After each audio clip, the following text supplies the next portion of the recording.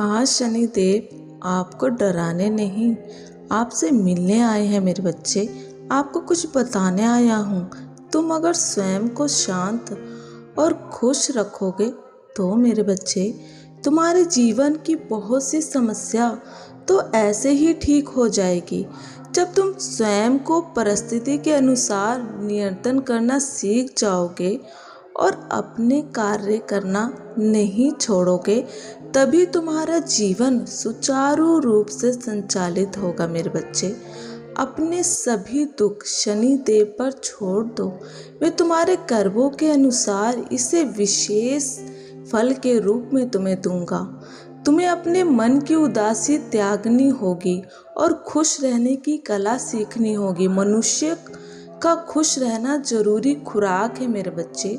खुश रहना मनुष्य का प्रथम कर्तव्य स्वयं को खुश रखना है, जिससे उसे कभी वंचित रहना नहीं चाहिए। ये मनुष्य का अधिकार है मेरे बच्चे। अपने माता पिता का आदर करना ना छोड़ें, उनका कभी भी दिल ना दुखी करें। माता पिता का स्थान इस दुनिया में भगवान से भी ऊपर है मेरे बच्चे। तुम्हारा पिता हूँ मेरे बच्चे। इस सृष्टि में सभी मेरे बच्चे हैं, किंतु जो तुम्हारा पालन पोषण कर रहे हैं, तुम्हारे लिए कष्ट उठा रहे हैं, उनका दर्जा मुझसे भी कहीं अधिक और बहुमूल्य है। इस कलयुग में इस धरती पर एकमात्र तुम्हारे माता पिता ही हैं जो तुम्हारे लिए शुभ चिंतक है, जो सदैव तुम्हारा भला ही चाहते हैं।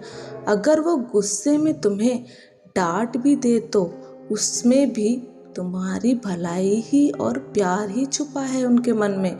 मेरे बच्चे, जीवन में जब जब दुख आए तो तुम घबरा कर मत जाना कि यह तुम्हारे कर्मों का फल है या ईश्वर द्वारा तुम्हें दंड मिल रहा है। कभी कभी जीवन में दुख इसलिए आते हैं कि तुम सुख के महत्व को समझ सको। सुख आने पर वो गलतियां ना दोहराओ जो तुम पहले कर चुके हो। सुख और दुख जीवन के महत्वपूर्ण पहलू हैं मेरे बच्चे। मेरे बच्चे, एक आएगा दूसरा जाएगा, सुख आएगा दुख जाएगा, आना जाना लगा रहेगा, किंतु तुम सुख और दुख के महत्व को मत भूल जाना और दुख में सुख के महत्व को मत भूल जाना मेरे बच्चे। अगर तुम्हारे मन में मेरे प्रति श्रद्धा है तो तुम जीवन में कभी भटक नहीं सकते। मैं जो रास्ता दिखाता हूँ वो तुम्हें अवश्य नजर आएगा। तुम निरंतर उस पर चलकर अपनी रुकी हुई सफलता को पा लोगे मेरे बच्चे।